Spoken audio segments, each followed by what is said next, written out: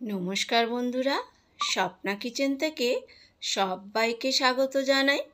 আজকের আমি দারুণ স্বাদের কাঁচা আমের রেসিপি এনেছি। এই কাঁচা আম কিভাবে বছরের পর বছর রাখা যাবে সেটাই দেখাবো। আমি এখানে দুটো কাঁচা আম নিয়ে নিয়েছি। কাঁচা আম আমি এখানে গ্যাসেতে একটা তারের জাল দিয়ে তার মধ্যে আমি আমগুলো পুড়িয়ে নেব। সুন্দর করে এইভাবে পুড়িয়ে নিতে হবে। তো বন্ধুরা, পুরো ভিডিওটা দেখার অনুরোধ রইল। আর আমগুলো এইভাবে পোড়ানো হয়ে গিয়েছে। এরপরে আমি একটা প্লেটে নিয়েছি, ঠান্ডা করে আমগুলো আমি ছাড়িয়ে নেব। তো আমের খোসার মধ্যে অনেকটা করে আম রয়ে গেছে বলে আমি এখানে চামচ দিয়ে এইভাবে কুড়ে আমগুলো বার করে নিলাম। নিয়ে এরপরে আমি হাত দিয়ে আটিটা ফেলে দেব, দিয়ে আমগুলো একটু জল দিয়ে গুলে নিয়ে আমি একটা মিক্সিং জারে দিয়ে দেব। দিয়ে এখানে ভালো করে আমি এটা বেটে নেব। তো আমার ওটা বাটা হয়ে গেছে। এদিকে কড়াই আমি একটু জল দিয়েছি, দিয়ে আম বাটাটা দিয়ে দিয়েছি, আম পোড়াটা দিয়ে মিক্সিং জারটা ধুয়েও জল দিয়ে দিলাম। দিয়ে ভালো করে গরম হতে এখানে বসিয়ে দিয়েছি। তো প্রায় গরম হয়ে গেছে। এই বাটিতে আমি দিয়ে দিলাম 1 বাটি চিনি। ওই বাটিতেই দিয়ে দেব 1.5 বাটি বাতাসা আর 1.5 বাটি চিনি। টোটাল আমার 3 বাটি মিষ্টি লেগেছে। 1.5 বাটি বাতাসা আর 1.5 বাটি চিনি লেগেছে। আর এদিকে আমি একটা গন্ধরাজ লেবু কেটে নেব। তো আমি একটা লেবুকে 4 ভাগ করেছি। এখানে লাগবে আমার 1 ভাগ লেবু। তো আমি এখানে নিয়ে দানাটা ফেলে নিয়েছি। আর এখানে একটা বড় পাতিলেবু কেটে নিয়েছি। পাতিলেবুর রসটা আমি এখানে একটা কাপের মধ্যে নিয়ে নেব। আর এখানে গন্ধরাজ লেবুটাও আমি রসটা চিপে নিয়ে লেবুর খোসাটা আমি এইভাবে গ্রেট করে নেব।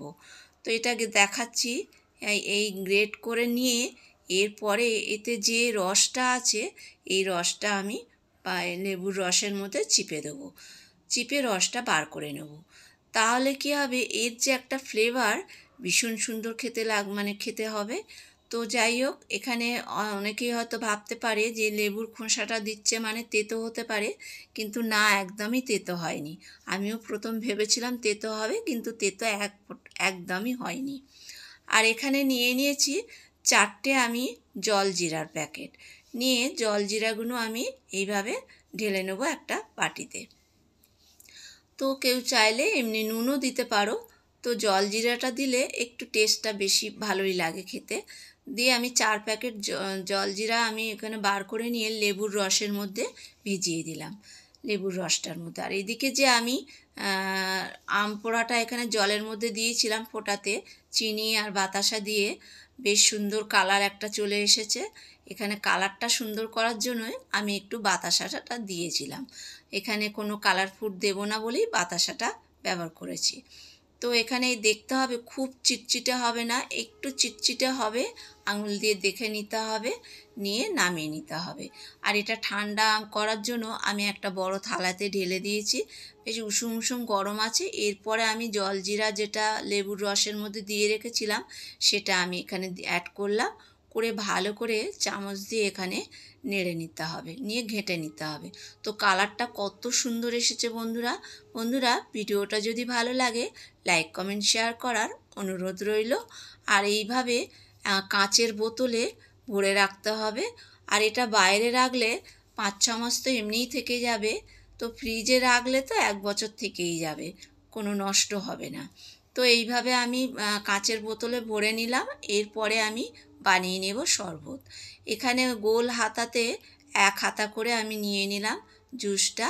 নিয়ে এখানে বেশ 3-4 টুকরো করে বরফ দিয়ে দেবো। দিয়ে এর মধ্যে এমনি নর্মাল জলই দেবো, ঠান্ডা জল দেবো না, কারণ বরফ তো অনেকগুলো দেওয়া আছে, সেই জন্য আমি নর্মাল জল দিয়ে দিলাম। দিয়ে এবার চামচ দিয়ে ভালো করে এখানে নেড়ে নিতে হবে। তো কালারটা কত সুন্দর লাগছে, আর খেতেও ভীষণ সুন্দর হয়েছিল। তো বন্ধুরা, চাইলে আপনারা একবার এইভাবে বানিয়ে খেয়ে